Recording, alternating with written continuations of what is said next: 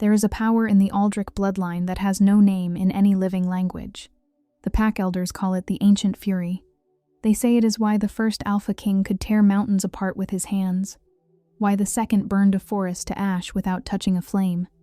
They say it is also why the third king went mad before his 30th year. Every king since has spent his reign learning to keep it quiet. Zaid learned younger than any of them. He was 8 years old the first time he felt it, a white-hot pressure behind his sternum, a sound like the world splitting, and he locked it down with every ounce of will he had. He has been locking it down ever since. He is 26 now, the most controlled king his line has ever produced. His court calls him iron. His enemies call him ice. Only one person in the world has ever seen past both. Her name is Marin. She is his fated mate, his anchor, the single reason the cage holds. He would burn the world to keep her safe. He doesn't realize yet that burning the world is exactly what's coming. Chapter 1. The court learned early not to stare at the Alpha King. Not because he forbade it. He never had to. There was simply something in the way Zaid moved through a room, measured, unhurried. Each step placed with the quiet certainty of a man who had never once doubted where he was allowed to stand, that made prolonged eye contact feel like pressing your palm against a hot iron. You could do it. You just understood, instinctively, that you would regret it. Lords inclined their heads as he passed. Ladies stilled. Conversations died at the edges of the room, and were reborn only after he'd moved beyond earshot. He wore the crown the way other men wore old scars, like something that had become so much a part of him that he'd stopped noticing its weight. He noticed everything else. The steward who had been skimming grain taxes for 2 seasons. The Alliance Lord whose handshake ran 3 seconds too long, calculating, not cordial. The Eastern emissary watching the door instead of the king, which meant he was waiting for someone, which meant tonight's negotiations were already compromised. Zaid catalogued all of it behind a face that gave away precisely nothing. "You look like a statue," Marin had told him once, early in their courtship, standing on her toes to study him during a state dinner. A very expensive, very intimidating statue. Is that a complaint? She'd considered it with the particular gravity she gave to small questions. No, she'd decided. Statues are useful. They make people feel the right size. He hadn't been able to argue with that. She was across the hall now, standing near the tall windows where the winter light came in pale and clean, deep in conversation with the Healers Guild representative. Her dark hair was pinned up tonight, a few strands escaping at her temple the way they always did by the second hour of any formal event. She'd stopped fighting it. He'd stopped pretending he didn't find it distracting. He wasn't watching her. He was simply aware of her the way you are aware of the only source of warmth in a cold room, not because you're looking at it, but because your body orients toward it without instruction. That was the bond. That was what it felt like from the inside. Not fire, not thunder, nothing as dramatic as the old songs promised. It felt like gravity. Quiet, constant, and absolutely non-negotiable. As if she felt the shift in his attention, Marin glanced up. Their eyes met across 30 feet of polished marble and candlelight. She didn't smile. She rarely performed her emotions for rooms full of people, but something in her expression settled, the way a flame stops flickering when the draft is gone. He looked away first, returned his attention to the Eastern emissary. But the pressure behind his sternum eased, and the thing he kept locked in the deep architecture of himself went quiet, and he could think again. He heard Zane before he saw him. The laugh was his own laugh, same pitch, same cadence, the timing perfectly calibrated to be charming. Zaid had never found his own laugh charming. He turned. His twin stood at the far end of the reception gallery, surrounded by a cluster of minor nobility, holding a wine glass with the easy elegance of a man who had been practicing looking comfortable his entire life. And he had been. Zaid knew that better than anyone. Zane was identical to him in every external measurement. Same height, same dark hair, same jaw, same hands. The crown was the only difference, and in civilian clothes at a court function, even that distinction disappeared. Courtiers who didn't know them well had been making the mistake for 26 years. Some of them never stopped. Zane was saying something that made the group around him laugh, and he turned slightly with the movement of the conversation, and his eyes across the room, over the heads of a dozen irrelevant people, found Zaid's. He smiled. It was a perfect smile. It reached his eyes and everything. Zayd had watched his twin practice that smile in mirrors when they were boys, adjusting it until it looked spontaneous. He'd never said anything. He wasn't sure why, something that felt, even then, like mercy. He inclined his head slightly. Zayn inclined his back, a mirror image, and returned to his conversation. Zayd watched him for 3 seconds longer than was necessary. Something was different. He couldn't name it, couldn't locate it in any specific gesture or word or expression. It was more like a frequency, a note running just slightly below the range of conscious hearing, felt in the chest rather than the ear. Zayn had always carried a particular kind of stillness beneath his performances. The stillness of a man who had decided something and was waiting for the right moment to act on it. Tonight that stillness was gone. Tonight there was something else in its place, something that moved. "You're doing it again," said Marin's voice at his shoulder. He hadn't heard her approach. She was the only person in the world who could do that. Doing what? Watching him like he's a problem you're about to solve. She came to stand beside him, close enough that her arm brushed his. Not enough contact to be remarked upon. Exactly enough to anchor him. Is he? Zayd considered the question honestly, the way he did everything when she asked it. "I don't know," he said. Marin followed his gaze across the room, to where Zayn was laughing again at something a lord had said, perfectly warm, perfectly present, perfectly himself. She was quiet for a moment. "That's not like you," she said finally. "No, it wasn't." "Go back to your conversation," he said quietly. "I'm fine." She didn't argue, but she let her hand brush his brief, deliberate before she moved away. Across the room, Zayn refilled his wine and did not look at the king again. He didn't need to. Chapter 2. The thing about being a twin was that the world never let you forget which one you were. Not cruelly. That was the part Zayn had spent years trying to explain to himself, in the dark, in the quiet hours when the court was asleep and he was not. It was never cruel. Cruelty would have been easier. Cruelty you could point to, name, build a justified anger around. You could take cruelty to a mirror and say, "This is what was done to me, and this is why I am the way I am." What he had instead was something softer and more total. 1,000 small, polite reminders, delivered without malice, by people who genuinely meant well, and would have been baffled to learn they'd caused any harm at all. The Crown Prince and his brother, His Majesty and the Spare. Zayd and Zayn, yes, of course, wonderful to see you too. The "two" was always the worst part, that small, trailing syllable that meant, also, additionally. In the same category but secondary to the primary entry. He had heard it his entire life, appended to his name like a footnote, and he had smiled each time, with the same practiced warmth he'd built over decades of needing to seem like none of it landed. It all landed, every time. He had simply become very good at not showing where. He had Zayd's face. He knew it. Mirrors had been clarifying on this point since childhood, since the first time he'd stood beside his brother and understood, with the particular clarity of a young child processing an unfair thing, that the universe had given them identical materials and then distributed entirely different fates. Same jaw, same brow, same dark hair that fell the same way when he didn't bother to push it back. He had his brother's voice, his brother's hands, his brother's blood running through him in identical measure. What he did not have was a single room in any building in the kingdom that was his. Every space he occupied by permission. Every title he held existed in relation to someone else's. The king's brother, the spare prince, the secondary heir. He was defined, always and entirely, by his proximity to a man who had been born 4 minutes before him and had been leaving him behind ever since. Not intentionally. That was the other thing he had spent years trying to hold on to, turning it over in his hands like evidence he kept hoping would say something different. Zayd had never left him behind on purpose. Zayd had simply been first, and firstness had its own gravity, and everything else arranged itself around it whether it meant to or not. He did not hate his brother. That was the truth he returned to most often, running his thumb over it like a worry stone worn smooth.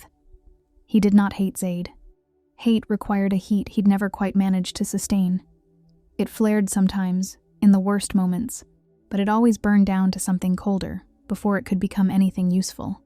What he felt instead was more precise and more persistent than hate. The accumulated weight of a life in which he had never once been first. Never chosen. Never necessary. Only contingent. In case. He was 26 years old, and he had been in case for every single day of it. In case Zaid failed. In case Zaid died.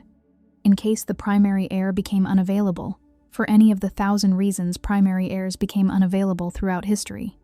He had been prepared and positioned and maintained like a spare part kept in good condition, kept informed, kept ready for a moment that everyone quietly assumed would never come. He had spent 26 years being ready for something no one expected him to ever have to do. He had spent 26 years waiting. The elder found him on a Thursday, which Zane would later think was appropriate. Nothing significant ever happened on a Thursday. It was a day designed to be forgotten the middle of the week's middle, the calendar's least distinguished entry, the kind of day that passed without record and left no impression on the people who lived through it. He was in the lower library, not the grand one, with the vaulted ceilings and the portrait of his father watching from the east wall, with that particular painted expression that managed to convey pride and expectation simultaneously, as though even in oil on canvas, the man had been unable to simply exist without communicating his requirements. The small library, the one at the end of the east corridor that smelled like damp stone and old binding glue, and the particular staleness of books that hadn't been opened in years. There was nothing in it worth impressing people, with no rare texts, no gilded spines, no volumes that signaled sophistication to anyone who happened to observe you reading them. He came here when he needed to think. Nobody had ever noticed. In 26 years of living in this palace, not a single person had ever followed him here or asked him where he'd been. That, too, was information. The elder's name was Corvain.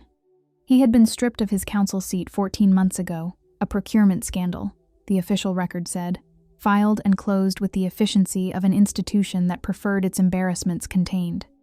Zane had always suspected the procurement scandal was a pretext for something more ideological. Corvain had made no secret of his position on the Ancient Fury throughout his tenure on the council.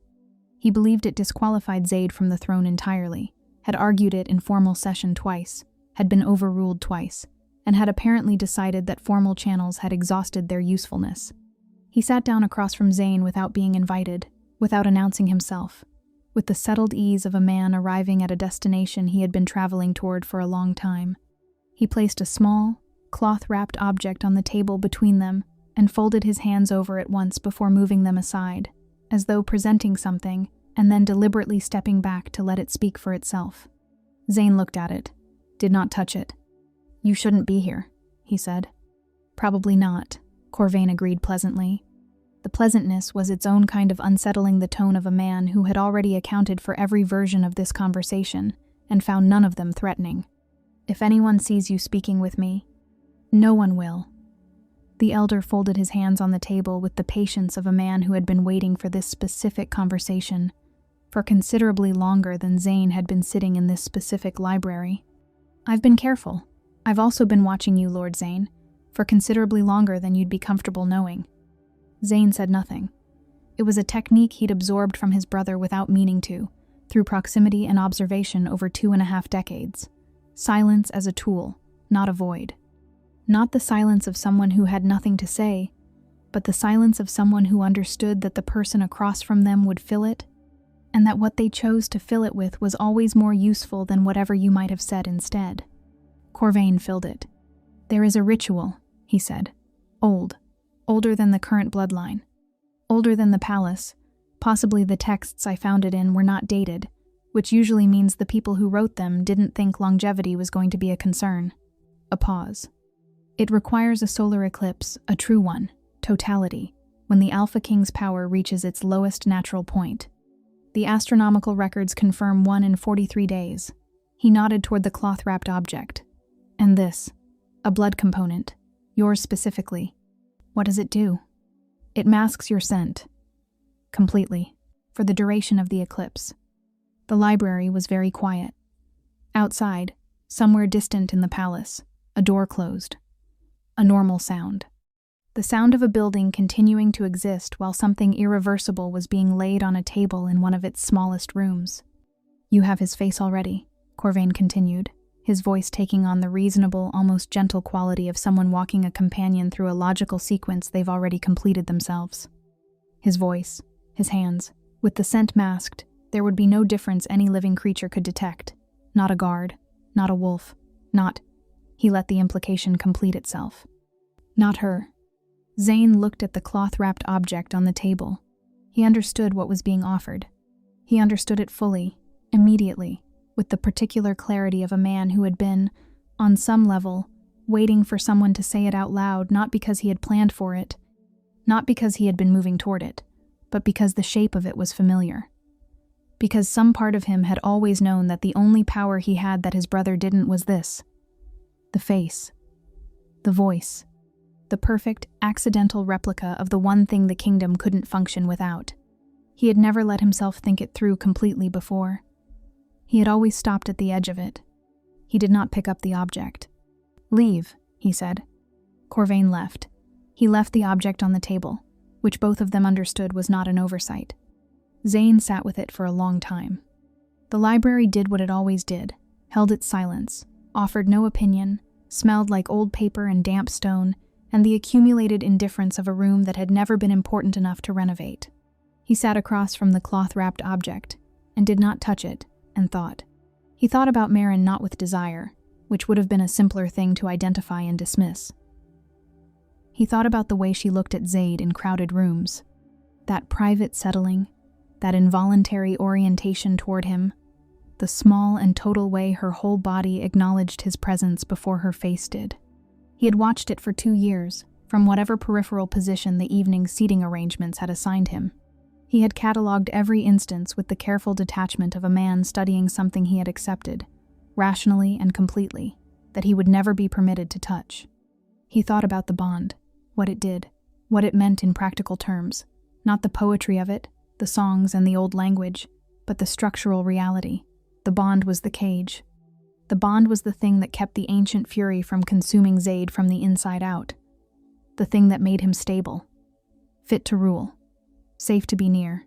He thought about what happened to that cage if someone else placed a mark first. He thought about what happened to the most controlled man in the kingdom when the one thing that had always held him together was corrupted. He thought about what happened to a king without his anchor. He unwrapped the cloth. Inside was a vial of dark glass, something moving within it that was not quite liquid and not quite light, catching the dim lamp glow with a quality that suggested it had its own agenda. Beneath the vial, a folded piece of paper. Dates, times, astronomical coordinates for the next total eclipse, written in Corvain's precise, unhurried hand. 43 days away. He read the instructions once, all the way through, without stopping. Set the paper down. Looked at the vial for a long time, with the expression of a man doing mathematics at a remove from his own emotions. Not excited, not horrified. Simply working through the problem with the thoroughness it had always deserved and had never, until now, been given. He was not a monster. He knew that. He believed it with the same steady conviction he brought to other established facts about himself. His height, his blood type, the year of his birth. He was not a monster. He was a man who had been told his entire life, in 1,000 small and polite and entirely well-meaning ways, that he did not matter. And he had finally, quietly, carefully, after 26 years of sitting with that information, decided to disagree. He picked up the vial, wrapped it back in the cloth with the same care Corvain had used, the same deliberateness, as though the object deserved to be handled properly. Put it in his pocket. Stood, pushed the chair back. Looked once at the empty table, where the cloth-wrapped object had been, and then did not look again. And went to dinner. Chapter 3. The sky had been dimming for an hour before anyone thought to remark on it. Marin noticed first. She always noticed atmospheric things, the quality of light, the way sound traveled differently before a storm. She had been standing in the inner courtyard, watching the color drain from the afternoon, in slow, incremental degrees, the blue going gray, the gray going silver, the shadows flattening against the stone until the world looked like a painting left out in the rain. The eclipse was not a secret. The astronomers had announced it 3 weeks prior. A celestial event of moderate significance, the official memo had read, totality lasting approximately 4 to 5 minutes, viewing recommended from elevated positions. She had meant to watch it from the eastern tower with Zaid. Instead, a guard had pulled him aside 20 minutes ago, something about the northern border, riders incoming, an alert that couldn't wait, and he'd pressed a brief kiss to her temple, and said he'd find her after, and she'd said, of course. And now she was alone in the courtyard, with the sky going dark above her, and the torches guttering in a wind that felt wrong for the season. She didn't mind. She tipped her head back and watched the shadow swallow the last edge of light. Totality. The world went the color of deep water. The torches steadied. Somewhere above the palace walls, the first stars appeared, confused into existence by the false dark, blinking open like eyes. It was beautiful. She was still looking up when she heard his footsteps. She knew his walk. She had catalogued it without meaning to over 2 years of proximity, the particular rhythm of it, unhurried but purposeful, each step placed with that quality she'd once described to him as certainty. She'd teased him about it. He'd looked faintly puzzled, as though the concept of walking uncertainly had never occurred to him as an option. She smiled before she turned around. "I thought you had a border crisis," she said. It resolved. His voice. Exactly his voice. He crossed the courtyard toward her, hands loose at his sides, dark hair catching the strange silver light of the eclipse. She watched him come and felt the familiar gravity of him, that pull, that bone-deep orientation her body performed without instruction whenever he was near. Everything felt right. That was the part she would return to, later, when she was trying to understand. Not the wrongness, the rightness. How completely, seamlessly, catastrophically right it felt. He reached her. His hand came up to her face, thumb brushing her cheekbone, and she leaned into it the way she always did. "It's beautiful," she said, meaning the eclipse. "Yes," he said, not looking at the sky. She laughed softly. "You're not even looking.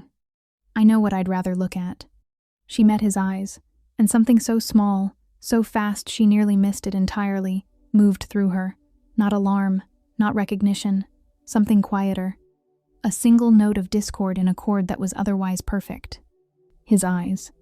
She blinked. They were the same. Of course they were the same. She was being foolish. She started to speak. His hands moved to her shoulders, turning her gently, almost tenderly, and she let him because there was no reason not to, because this was Zaid, because everything about this was Zaid.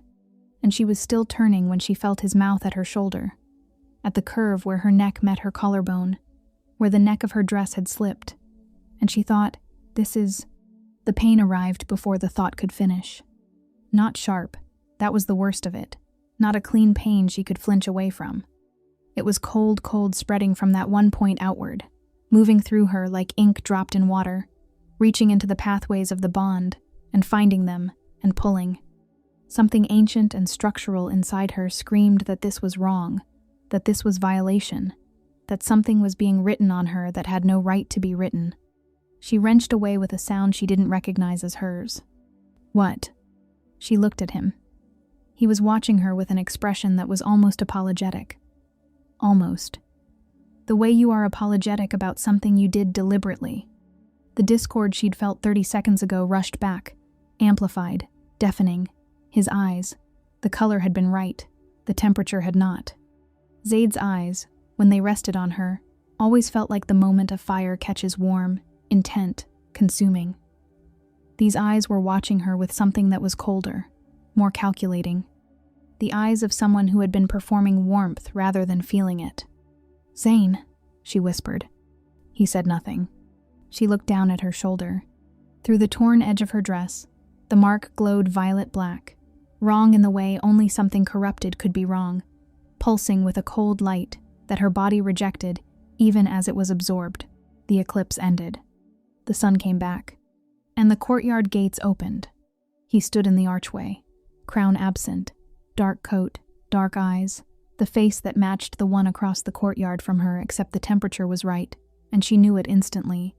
And the relief that flooded through her was so enormous it nearly took her legs. Zaid. He wasn't looking at her yet. He was looking at his brother. 3 seconds. She counted them without meaning to, standing in the returning sunlight with cold fire burning at her shoulder, watching the Alpha King process what his eyes were telling him. 1. His hands opened at his sides. 2. The gold crept into his irises, not warm. Nothing like warm. 3. The palace gates came off their hinges with a sound like the world being torn in half. And Zane ran. Chapter 4. The gates didn't fall cleanly. That was the detail that stayed with everyone afterward, not that it happened, but how. A clean destruction would have been easier to process. An explosion, a shockwave, something that followed the logic of force and physics. Instead, the iron simply gave, the way metal gives when it has been subjected to a pressure it was never designed to resist. The hinges tore from the stone, mounting like thread pulled from cloth. Both gates, each one 2 inches of solid iron, each one requiring 4 men to open or close, swung wide and hit the courtyard walls. And the sound they made was the sound of something final. Then silence. Zaid stood in the archway where the gates had been, his back to the courtyard, facing the direction his brother had run. His hands were at his sides. He wasn't breathing hard. He wasn't shaking. That was the first thing Maren noticed when her mind started working again, that he was still. The stillness he always carried had not left him. It had simply changed in quality, the way water changes when it freezes. Same substance, different state, and considerably more dangerous. She took a step toward him. The guard beside her, Davan, the captain of the inner watch, a man who had served the palace for 15 years without once visibly losing his composure, put his arm out. Not blocking her, just present. A quiet, physical suggestion that she wait. She waited. Zaid turned around. The courtyard was crowded now. Word traveled fast in a palace. In under 2 minutes, every guard on the inner rotation had converged on the sound of impact, and behind them a spreading cluster of servants and courtiers, pressed into the archways and doorways, like water finding cracks. Drawn by the catastrophic noise, and held by something they couldn't name, but could feel a change in atmospheric pressure, a charge in the air, the particular quality of danger that preceded events that would be spoken about for decades. They all went still when he turned. Not because he told them to, not because of the crown, which he wasn't wearing, or the title, which he hadn't invoked. Because of what was in his face. His eyes had gone gold. Not the warm amber gold of the portraits, not the deep honey color that appeared when he was tired, or content, or close to laughing. This was the gold of a forge at maximum heat, bright, sourceless, casting a faint illumination on the planes of his face that had no business being there. It should have looked wrong. It looked inevitable, the way a thing looks when it has finally arrived after years of being delayed. His expression was composed. That was the most frightening thing. The gates were in pieces on the ground, and his face was perfectly, precisely composed, every feature controlled, every line deliberate, the architecture of a man who was not losing himself but finding something, and what he was finding was larger and older and more absolute than anything the watching crowd had encountered before. He moved through the courtyard and people parted for him without being asked. Not out of respect, out of instinct. The same instinct that makes small animals press flat against the ground when a shadow passes over them from above. He walked like a different gravity applied to him now. Unhurried, but with a directness that made the air feel compressed. Each step landing with a weight that seemed disproportionate to the physical reality of it. A lord near the eastern doorway took 3 involuntary steps backward and didn't appear to notice he'd done it. Zaid stopped in front of Maren. She had not moved from where Davan held position beside her. Her shoulder burned with a cold that had nothing to do with temperature. She could feel the false mark pulsing against her skin like a second heartbeat, irregular and invasive, and she hated it with a clarity that surprised her. She looked up at him.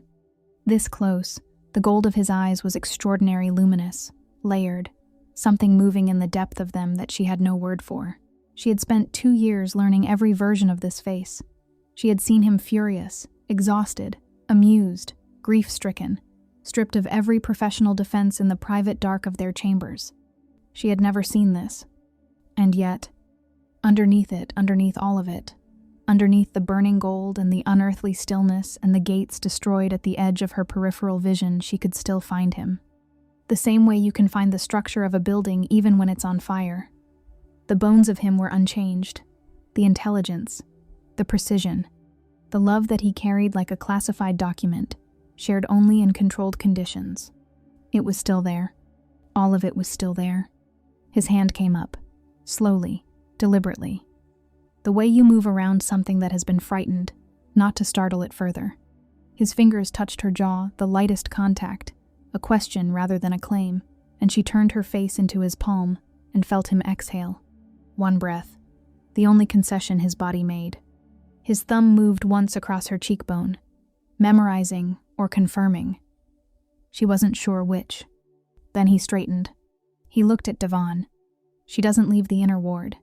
His voice had dropped below its usual register, not louder, but denser, carrying in a way that bypassed the ear and arrived somewhere lower in the chest.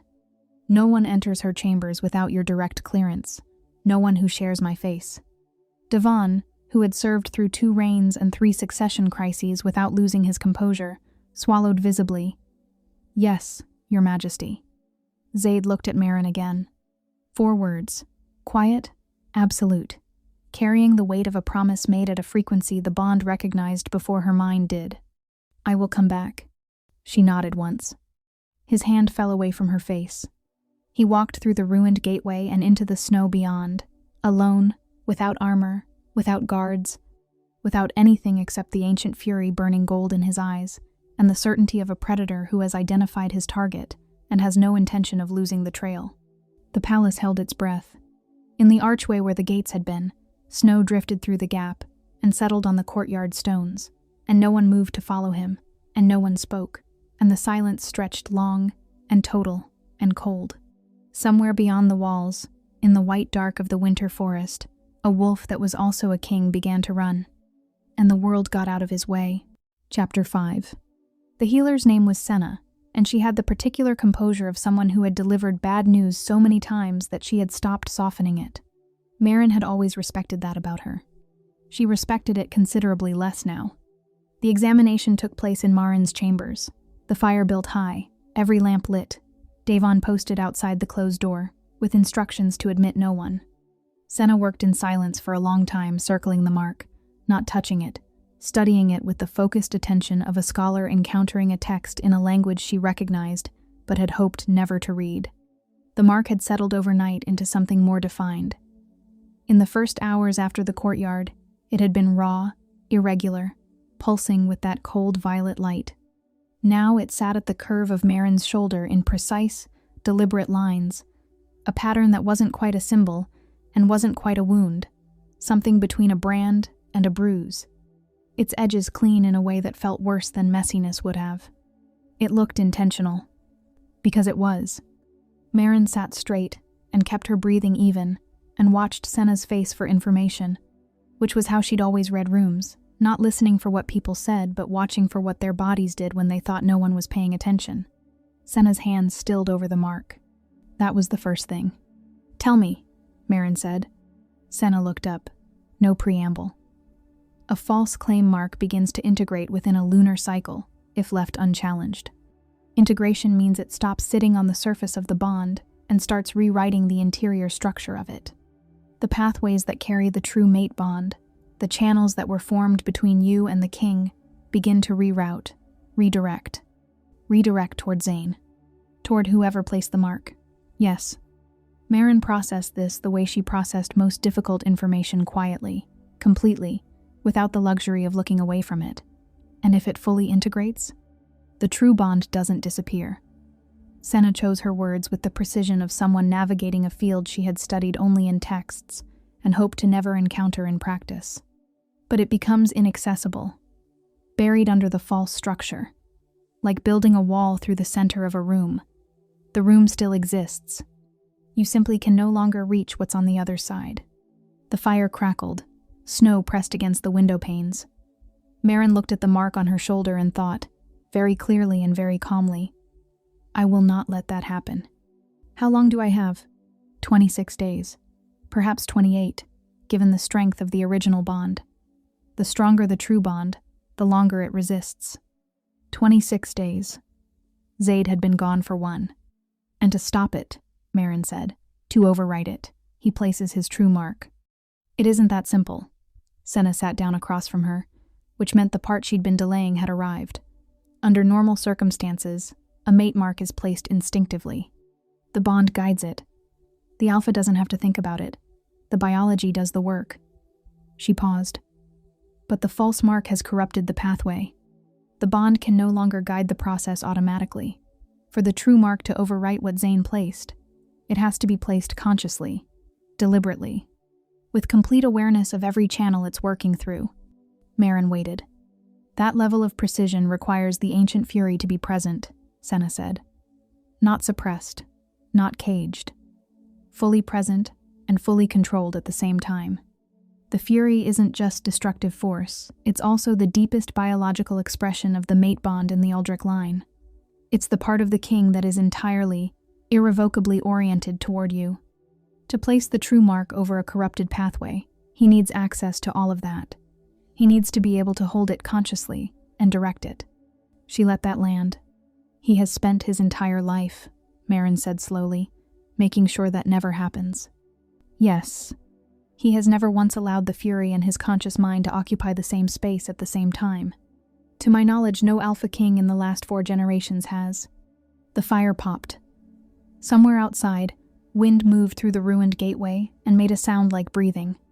Maren thought about the courtyard, about the gold in his eyes, that burning, sourceless, extraordinary gold, and the way his face had stayed composed, even as the gates came apart in his hands. She thought about his thumb on her cheekbone. 4 words, quiet and absolute. She thought about what it had cost him to walk away from her and into the snow, carrying all of that, alone. If he comes back with the fury still burning, she said, and he tries to place the mark while he's still in that state, not integrated, just present. The mark would take hold, Senna said, but the process would be destabilizing, for both of you. And the fury, once fully expressed without integration, has historically, she stopped. Historically what? A pause that lasted exactly 1 second too long. Not receded. In the historical record, Alpha Kings, who fully expressed the ancient fury without integration, did not recover their previous equilibrium. The fury becomes the dominant state. He stops being a king. He stops being the man you know. The room was very quiet. Maren stood up, crossed to the window. The snow outside was deep and still, the forest beyond the palace walls dark and impenetrable. He was out there somewhere in all of that, burning gold in the dark, hunting with the precision of something that had stopped pretending it was only human. She pressed her fingers lightly to the mark on her shoulder and felt it pulse cold, invasive, wrong, and made herself feel the full wrongness of it without flinching away. Then she made herself think about what Senna had said. The only way to save the bond was for Zaid to hold the fury consciously, to stand in the full force of everything he'd spent his life suppressing, and to be present inside it, rather than destroyed by it. And the only way that happened, the only precedent in 26 years of knowing him, was if she was in front of him. She was his anchor. She always had been. The cage had never been the point. She was. If I went to him, Maren said, still looking at the snow, before he reaches Zane. If I could get to him while the fury is still, you would be walking toward something extraordinarily dangerous, Senna said quietly. I know. He may not recognize. He will recognize me. She said it without heat. Simply. The certainty of someone stating a fact they have tested and found to hold. He always recognizes me. Senna was silent for a long moment. 26 days, she said finally. Maren turned from the window.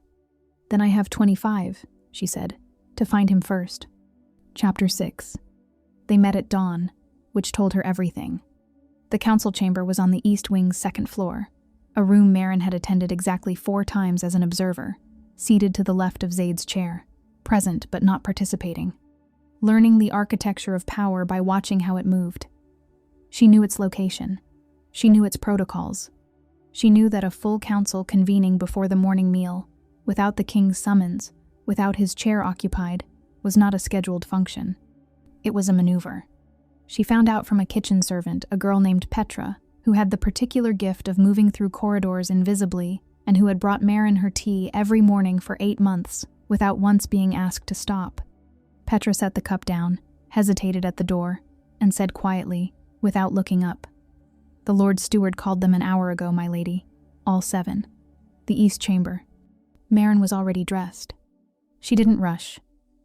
Rushing would have been the wrong signal to herself, to anyone watching.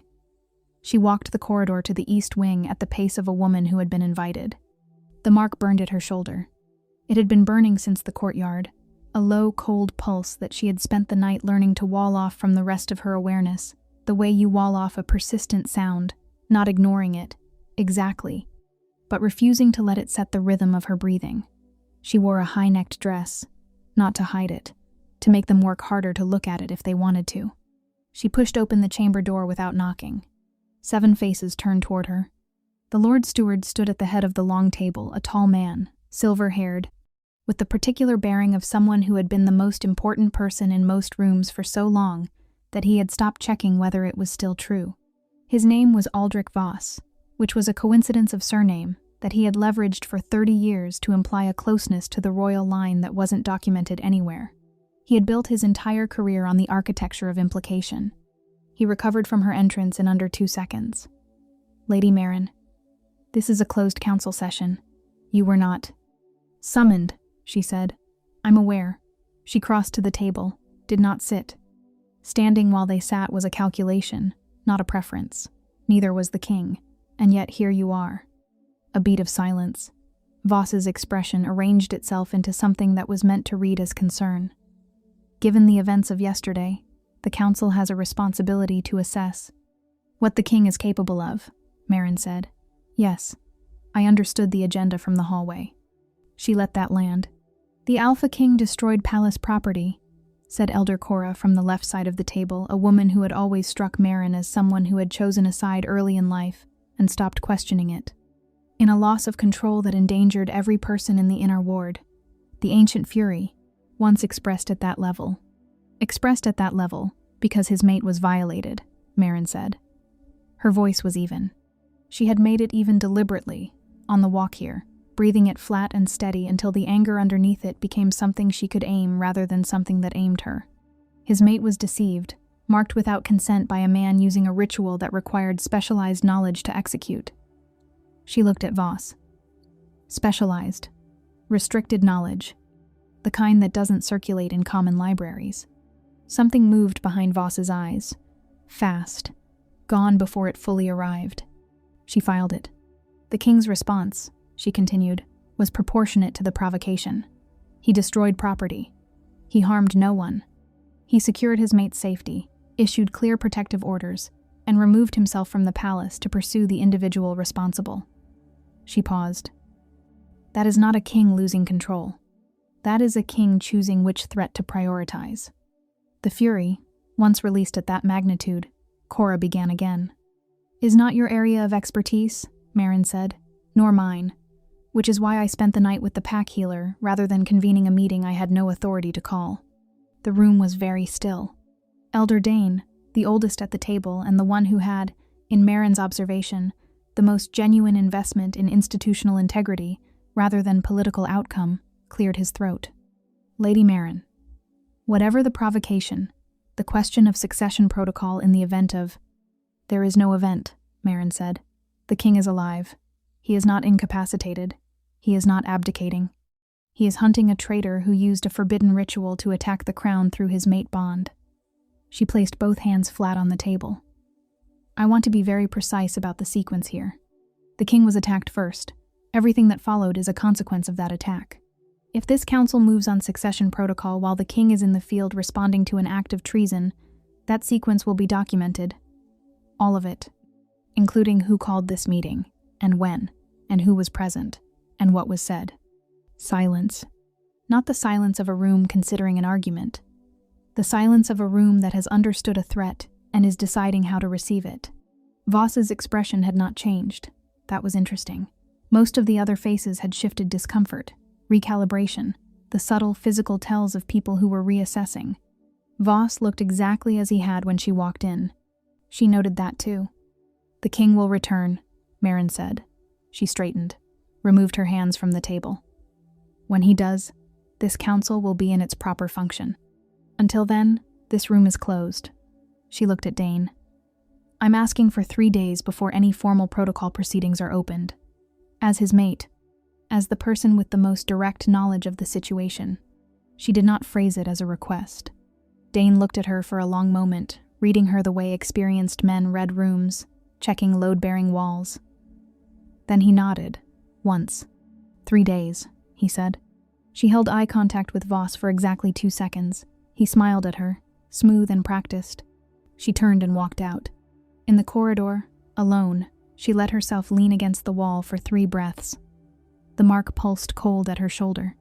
Her hands were shaking, had been shaking since she pushed open the door, though she'd held them still by force. She pushed off the wall.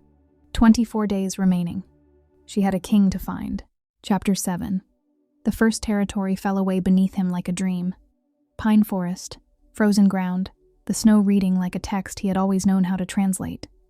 A broken branch at shoulder height, Zane moving fast, not carefully, burning energy he didn't have. A disturbed patch of snowfall beneath a low overhang where he'd stopped briefly, probably to catch his breath, probably to listen for pursuit. He'd been listening for the wrong thing. Zaid didn't make noise when he moved now. He wasn't sure when that had changed. Somewhere between the courtyard and the tree line, the body had made its own adjustments, weight redistributed, heel strike eliminated, each footfall placed with a precision that was no longer conscious. The snow accepted him without protest. The forest didn't announce him. He was aware of this the way you are aware of your own heartbeat, not constantly, only when you check. And when you checked, the information was simply there, neutral and factual. He was also aware that he was not cold. He should have been. He had left without a coat, without armor, without anything except the clothes he'd been wearing when he walked into the courtyard and found the mark on Marin's shoulder. The temperature had dropped through the night to the kind of cold that damaged tissue. He registered it the way he registered the bark texture of the trees he passed present, noted, irrelevant. The fury ran through him like a current through wire, constant, neither building nor diminishing, just there, fully present, fully awake, patient in the way that deep things are patient. He followed the trail north. First territory, second territory. Zane was fast. He'd always been fast. They shared a bloodline that made both of them faster than anything they'd grown up beside. But fast and efficient were not the same thing, and fear, Zaid had learned young, was the most expensive thing a body could run on. His brother was burning. He could read it in the lengthening stride pattern, the increasing distance between each rest point. Could read the desperation compounding in the trail's geometry north, then northeast, then a cut west that was overcorrection. The movement of someone who had lost confidence in their direction and was hoping a change of heading would feel like a plan. Zaid corrected for the overcorrection, cut through a valley rather than around it, emerged on the far side of the ridge in time to catch, at the very edge of the tree line, a dark figure moving through the white. He stopped. Watched. Zane stopped too, had felt, somehow, the weight of being seen. They looked at each other across 200 meters of open snow. Then Zane ran again. Zaid followed. Second territory. Third. Zane tried the first time at a frozen river crossing, stood on the far bank, while Zaid came through the trees, and held both hands out, empty, the universal language of weight. Brother. The word landed. Zaid stopped walking. Not because the word moved him, because stopping was information. What his brother did with the space would tell him something. I know you can hear me. Zane's voice was controlled, but the breath that carried it was ragged. I know you're still in there. Zaid said nothing. What I did, Zane started. Don't, Zaid said. His own voice surprised him. It came out lower than it should have, resonant in a way that carried across the frozen water without being raised, and Zane flinched at the sound of it, the way you flinch at something you feel before you hear. I just need you to. Run, Zaid said. Or don't, but stop talking. Zane ran. Third territory. Fourth. The landscape changed. The dense pine forest gave way to older growth oak and ash, massive trunks, the snow thinner here under the canopy cover. The trail was harder to read, but it didn't matter. He'd moved beyond reading the trail an hour ago. He could feel the direction now, a pull at the base of his sternum that operated on a frequency older than tracking skill or wolven instinct. The Fury knew where his brother was. The Fury had always known. It was simply that it had never been allowed to say so. He was close when Zane tried the second time. A clearing, circular, the trees ringing it like witnesses. Zane was standing in the center of it, not running, not positioned defensively, just standing. The posture of a man who had calculated his options and found them insufficient and decided, finally, on something different. Zaid walked into the clearing and stopped. Zane looked at him. The identical face, his own features rearranged into something that was almost contrition and almost grief, and not quite either. He was breathing hard. There was blood on his left hand from somewhere. He looked, for the first time in Zaid's memory, like a man who was tired. "I never wanted her," Zane said. The fury moved. Zaid held it. "I know that's not what it looked like. I know that's not..." Zane stopped, pressed his mouth shut for a moment. "I never wanted Marin. I want you to know that. What I did to her wasn't about her." "Then what?" Zaid said quietly. "Was it about?" It wasn't a question, but Zane answered it anyway. "I wanted you to look at me," he said, "the way you look at her." A silence that had weight and temperature. Just once. Zane's voice cracked on the last word, a hairline fracture in the controlled surface. "I wanted to be someone you'd tear down gates for. Someone you'd walk through snow for. Someone you'd..." He stopped again. "I wanted to matter to you the way she matters. That's all it ever was. 26 years of that. And I didn't know how to make it stop." The clearing was very quiet. Something moved in the burning gold of Zaid's eyes. Not warmth, not yet. Maybe not ever. Not in this form. But something. A flinch. The almost imperceptible shift of a man who has heard something true land in the part of him that still knows the difference between truth and everything else. The fury did not still. He did not stop. But it landed. He let it land. Filed it somewhere beneath the burning, in the part of him that was still and would always be the man who had grown up alongside this person, who had shared a face and a blood and a history that neither of them had chosen. He felt it. Then he kept walking. Zane ran, and Zaid followed, carrying the weight of what his brother had said like a stone in the chest, through the old forest, through the cold, toward whatever ending the next territory held. The monster had a conscience. He hadn't lost it. That would matter. He just didn't know it yet. Chapter 8. The border fortress had no name anymore. It had been called something once the histories referenced it in passing, a stronghold of strategic significance, a position held and lost and held again across 3 generations of conflict. But the war that ended with their father's death had ended here, and after that nobody had seen the use in naming a ruin.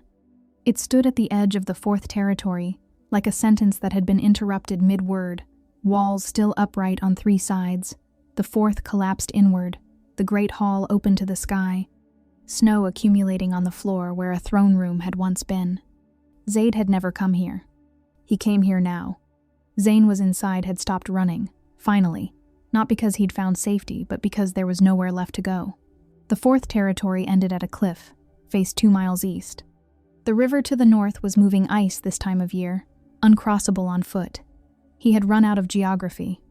Zaid walked through the collapsed wall and into the open hall, and found his brother standing in the center of it, in the snow, under the open sky, in the place where their father had died. Neither of them spoke for a moment. The wind moved through the broken walls with a low, sustained note, not howling, just present, the sound of air passing through spaces that had once been solid. Snow fell in slow, vertical lines. The torchlight that had once lit this hall was long gone. What remained was winter moonlight, and the faint gold luminescence that the fury cast on everything within Zaid's immediate radius. Zane looked at him. He had stopped performing. Whatever composure he'd carried through the chase had finally exhausted itself, and what remained underneath was something rawer and less managed, a man at the bottom of a decision he'd made 43 days ago, standing in the consequences of it. "You're not going to say anything," Zane said. "Not a question." "No," Zaid said. "Not even..." Zane stopped, looked at the snow between them. "Not even what father would have said, some speech about the bloodline, about what we owe each other." "No, because you've already decided." Zaid didn't answer. The answer was in the gold of his eyes, in the stillness of him, not the stillness of restraint, which had a quality of pressure, of something held back. This was the stillness of completion, of a process that had reached its final step. Zane knew it. Zaid could see the knowledge move through him, the small, involuntary settling of a body that has stopped hoping for a different outcome, "I'm not going to fight you," Zane said quietly. "I know. I want you to know that I—" A sound at the broken wall. Both of them turned. She rode through the gap in the collapsed stone like she'd been doing it her whole life. No hesitation, no slowing, the horse's hooves scattering debris across the snow-covered floor. She pulled up in the center of the hall and dismounted before the horse had fully stopped, dropping to the ground with the focused inelegance of someone who had been riding through the night and had left Grace somewhere in the third territory. She was still wearing the high-necked dress. It was ruined, hem dark with mud and snow, fabric pulled wrong at the shoulder where the false mark sat beneath it, her dark hair entirely free of its arrangement. She looked like someone who had made a series of increasingly questionable decisions and had not once stopped to reconsider any of them. She looked, Zaid thought, from somewhere very deep and very still inside the burning, like the most important thing he had ever seen. Her eyes found him immediately. They always did. She crossed the space between them without looking at Zane, without acknowledging the ruins or the moonlight or the 48 hours of hunt that had led to this hall. She walked through the snow toward him with the directness of a woman who had calculated the distance and the risk and found both irrelevant. He didn't move. The fury was very loud. She stopped in front of him. He was taller than her by enough that she had to look up, and she did directly, without flinching, without the involuntary pullback that everyone else performed in his proximity now. That animal wisdom that said, "This is dangerous. Give it space." She looked at him the way she always had, like she was reading something she'd studied for years and still found interesting. The gold of his eyes met hers. She said his name. Not Your Majesty. Not Alpha. Not any of the titles that lived between them in public. The formal distances that court maintained like load-bearing walls. Zaid. Just that. Just his name in her voice. The way she said it in the dark of their chambers. The way she said it when it was only the two of them, and there was nothing to perform, and nothing to protect. Something in the burning flickered. She stepped closer, close enough that he could see the false mark pulsing dully through the fabric at her shoulder, cold violet, invasive, wrong, and something in him that was both the fury and the man underneath. It contracted with a fury so total, it nearly moved him. She raised her hand, placed it flat against his chest, over his heart. He looked down at her hand. Her fingers were cold from the ride. He could feel the pressure of them through the fabric, slight, deliberate, a physical sentence that said, "I know what's in here, and I am not afraid of it." "Come back," she said. The fury roared. He held it. "I need you to come back." Her voice didn't shake. He understood what that cost her. He could see the exhaustion in her face, the 26 hours of fear and riding and fighting a council and carrying a mark that didn't belong to her. She had done all of that and ridden through the night and walked into a ruin where a monster was standing, and her voice did not shake. The gold in his eyes, that burning, sourceless, ancient gold, began, for the first time in 4 days, to shift. Not extinguished, nothing so simple as extinguished, but it moved, pulled by the hand on his chest, and the name in her voice, and the 2 years of accumulated gravity between them, that no ritual and no fury and no 48-hour hunt had touched. The most powerful predator in the realm went still. Not the stillness of the hunt. Not the stillness of a fire with nothing left to burn. The stillness of a man standing at the edge of himself, feeling the edge, and choosing not to cross it. His hand came up, covered hers where it rested against his chest. He exhaled slow, long, the sound of something enormous releasing pressure through a small opening. Behind them, in the snow, Zane sat down heavily and said nothing. The wind moved through the broken walls. The snow kept falling, and the monster stayed still. Chapter 9. Zane did not resist when the border guard arrived. Marin had sent for them before she wrote out the one logistical concession she'd made to practicality, before abandoning every other instruction she'd been given. 4 of Devon's men, her most trusted, given coordinates and a timeline and orders to arrive an hour after she did. She hadn't told them what they'd find. She hadn't been entirely certain herself. They came through the broken wall to find the spare sitting in the snow of the open hall, quiet and diminished, and the Alpha King standing 20 feet away with his mate's hand still pressed against his chest. The guards read the room with the trained efficiency of men who had learned to assess dangerous situations without letting their faces show that they had. They took Zane without incident. He went with them without a word, stood when they indicated he should stand, walked when they moved him toward the wall. At the threshold he stopped, turned, looked across the ruined hall at his brother. Zaid looked back. Something passed between them. Not forgiveness. It was too early and too raw, and too much had happened for anything that complete. But something. The faintest acknowledgement of a shared history that existed beneath and before, and entirely apart from everything that had occurred in the last 43 days. The look of two people who had grown up in the same skin of the world and could not entirely unknow each other, however much had broken. Then Zane turned away and walked through the wall. The ruins went quiet. She told him everything. They sat on a fallen section of the outer wall, close enough that their shoulders touched, and Maren laid it out the way she'd been rehearsing it since she left Senna's examination room plainly, completely, without softening the edges that didn't deserve to be softened. The false marks timeline, the integration risk, what happened to the bond if it completed, what the healer had said about the only mechanism that could stop it. Zaid listened without interrupting.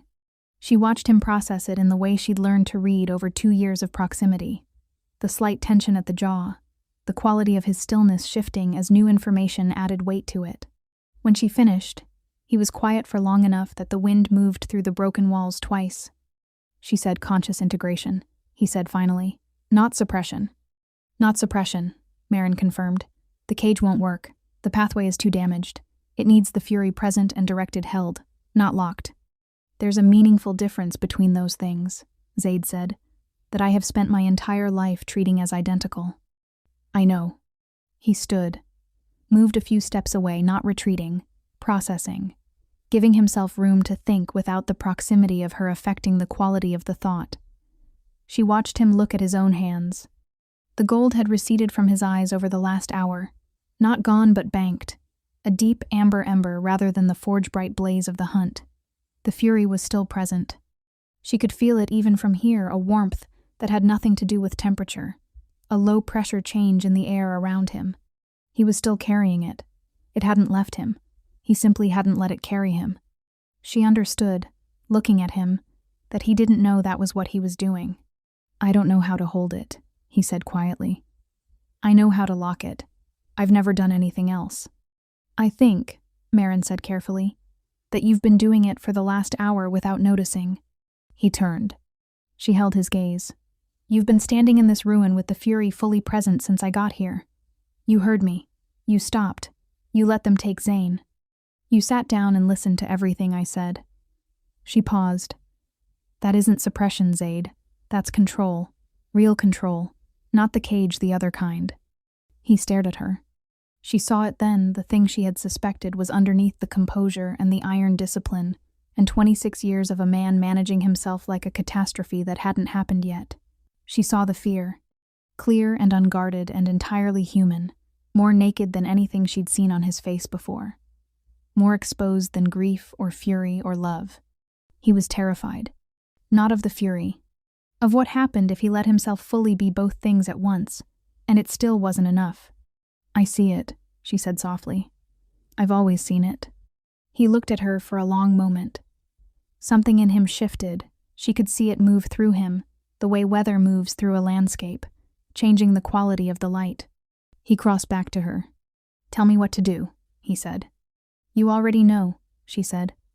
You just need to stop treating what you are as something that needs to be survived. She didn't look away. That was the part she focused on afterward. Not the light, not the sensation, not the extraordinary physical reality of what happened in the ruins of the border fortress on a winter night with snow falling through the open roof. She focused on not looking away, on keeping her eyes on his face and her hands steady and her breathing even, because he needed to see that she could hold this, that she would not flinch, that the full truth of him had an audience who was choosing to stay. He placed his mark in full presence, not in rage. The fury moved through him like current through wire, directed, deliberate, every channel of it bent toward a single purpose. She felt it when it made contact with the false structure Zane had left. Felt the cold violet pulse flare once, bright and desperate, and then the warmth moved through it like dawn through fog. The violet black burned away. What replaced it was silver white and warm and entirely, Unmistakably right, the rightness her body had been screaming for since the courtyard. The resolution of a cord that had been held suspended for 22 days. The snow around them turned silver. She wasn't sure how long it lasted. Long enough that when it was over, they were both on their knees in the snow, his forehead against hers, both of them breathing like they'd been running. "Still here," she said. "Still here," he confirmed. By the time they rode back through the palace gates, the Lord Steward was already in custody. Davin had moved on. Her standing orders, the documented evidence of Corvain's restricted ritual texts found in Voss's private correspondence, within hours of Zane's arrest. The council that had convened at dawn 2 days ago disbanded before sunset. The chamber locked, the 7 chairs empty. The spare was in chains in the eastern tower. The king walked through his own gates, no crown, no armor, snow still in his hair, and the court that had been holding its breath for 4 days exhaled all at once. His eyes were amber. Warm amber, the kind that appeared when he was tired, or content, or standing next to a fire that wasn't burning anything down. For the first time in his life, Zaid was not caged. He was simply present. And the difference, it turned out, was everything. Chapter 10. He recused himself on a Tuesday. A formal declaration, 3 sentences, delivered to Elder Dane in writing rather than in person, not because Zaid lacked the composure to say it aloud, but because the written form was cleaner, less subject to interpretation, less likely to be read as influenced by proximity. "I cannot render impartial judgment in the matter of Zane of the Aldrich line. I submit this case to Pack Law and the Council's full authority. I will not be present for proceedings, and will accept their determination without appeal." Dane received it, read it twice, and looked up at the guard who had delivered it with the expression of a man reassessing something he thought he'd already fully assessed. "Tell His Majesty," Dane said carefully, "that the council understands." It was, everyone agreed afterward, the most kingly thing Zaid did in the entire week that followed. The acknowledgement that his presence in that room would not be justice, it would be weight, and weight was not the same thing. And a king who understood the difference was a different kind of king than the ones who had come before. Pack Law would determine what happened to Zane. The council would deliberate without the gold-eyed shadow of the ancient fury in the room. Zaid did not ask to know the outcome until it was final. He went back to his chambers. He went back to Marin. The room was quiet in the way rooms are quiet after weather, a stillness that wasn't empty but settled. The particular piece of a space that had been through something and was now simply existing on the other side of it. Snow fell outside the tall windows, steady and unhurried, the kind of snowfall that had no agenda. A fire burned in the hearth. The lamps were low. Someone had brought food at some point, a tray on the side table, largely ignored, the tea gone cold. Marin sat on the window seat with her knees drawn up, watching the snow. The mark on her shoulder had settled into something silver-white and warm over the past 2 days, the wrongness entirely gone from it, replaced by a heat that was familiar and orienting in the way the bond had always been. She touched it occasionally without meaning to.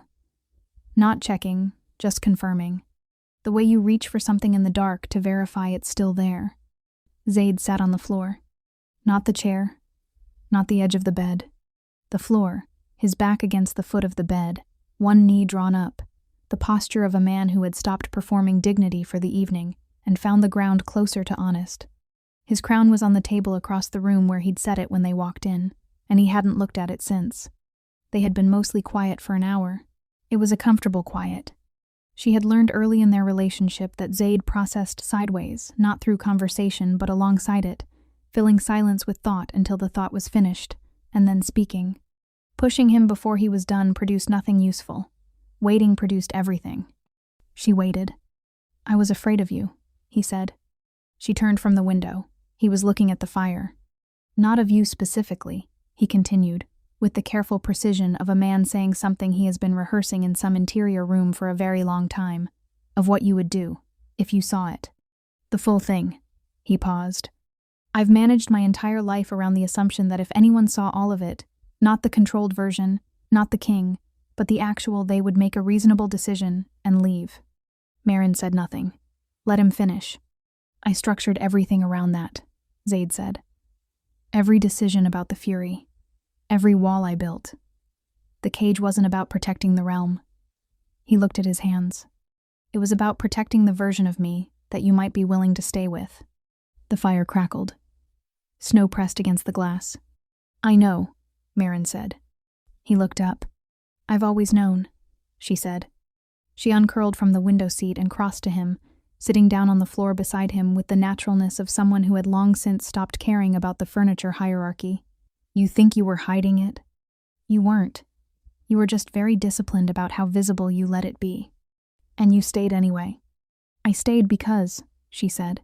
There's a difference. He looked at her. The amber of his eyes in the firelight was warm and deep and entirely human, no gold, no burning, just the face she had been reading for 2 years and would spend the rest of her life continuing to read. I fell in love with a man who was afraid of himself, Marin said. She held his gaze the way she'd held it in the ruins directly, without flinching, without performance. He was careful and precise, and so controlled it sometimes hurt to watch, because I could see what it cost him, and I loved that man. She paused. And then I stayed for the man who stopped being afraid. And I love him more. Zaid didn't speak. She watched him receive it, watched it move through him, the way real things move through. People who have spent too long being careful about what they let land, not deflected, not managed. Just felt, completely, in the quiet of a room with snow at the windows and a fire burning low. His jaw tightened once, released. I would have burned everything, he said. His voice was quiet.